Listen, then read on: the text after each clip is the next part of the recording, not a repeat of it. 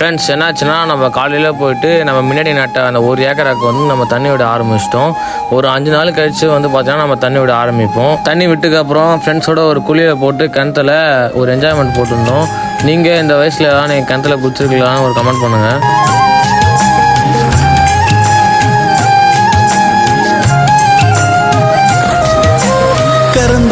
Friends அதுக்கப்புறம் ஒரு விஷயம், நம்ம தெரிஞ்ச ஒரு அண்ணாவோட பண்ணைக்கு போயிருந்தோம். இன்றைக்கி வந்து பார்த்திங்கன்னா ஆடுக்குட்டி வந்து புதுசாக இறக்கியிருக்காங்க.